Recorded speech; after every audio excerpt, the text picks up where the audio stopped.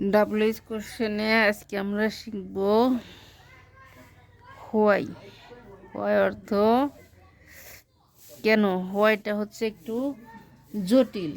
যখন আমরা কোনো কিছু কারণ দর্শাই বা কারণ জিজ্ঞেস করার ক্ষেত্রে আমরা হোয়াই দিয়ে প্রশ্ন করি। যেমন আমি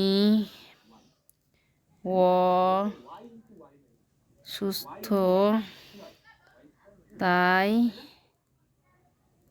বিদ্যালয়ে যেতে পারিনি। এই যে বিদ্যালয়ে যেতে পারিনি, কেন যেতে পারিনি? আমি অসুস্থ। কারণ জিজ্ঞেস করার ক্ষেত্রে যে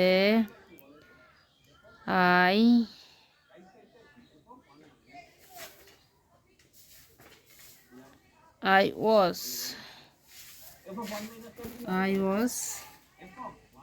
ইল,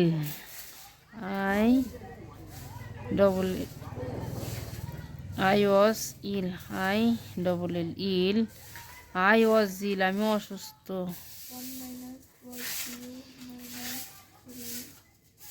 So I could not go to school, আমি তাই স্কুলে যেতে পারিনি। এই যে ছোটাকে প্রশ্ন করতে এই হোয়াই ব্যবহার করতে। এখন আমরা এটাকে যদি ডাব্লিউএইচ কোশ্চেন করি, যেমন হোয়াই, হোয়াইয়ের পরে সাবজেক্টের এখানে ভার্ব আছে ওয়াজ, তাহলে আমরা লিখব হোয়াই ওয়াজ। আই আছে কি হবে ইউ, হোয়াই ওয়াজ ইউ। একবারে এই পর্যন্ত, why was you could not go to school, why was you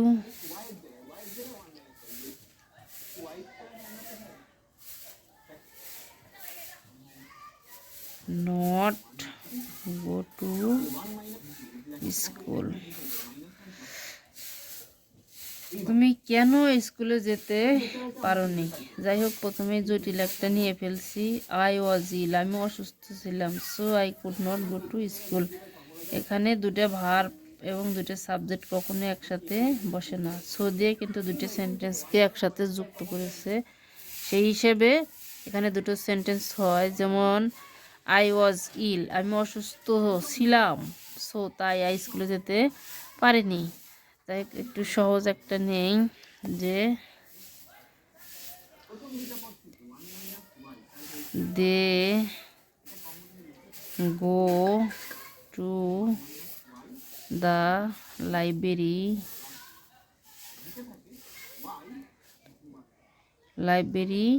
two read বুক।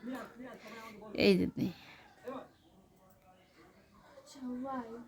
এ পর্যন্ত দিলাম, যে তারা কেন কিসে যেত, তারা কেন লাইব্রেরিতে যেত। এইটা দিয়ে আমরা এটাকে কোশ্চেন করব। কি করব? প্রথমে হোয়াই, এই যে এখানে ডু আনতে হবে, কারণ অ্যামিজার কোনো কিছু নেই। হোয়াই ডু দে, সাবজেক্ট এখানে ছোট হাতেরই হবে দে। Why do they go to the library, তারা কেন লাইব্রেরিতে যায়? এই যে অ্যান্সার আসছে কি, টু রিড দ্য বুক, তারা বই পড়তে লাইব্রেরিতে যায়। এরকমভাবে আমরা বিভিন্ন প্রশ্নের অ্যান্সার নিজে নিজে প্রশ্ন করে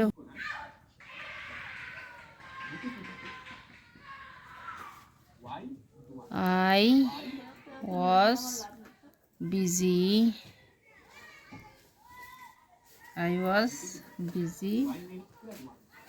so I late, I was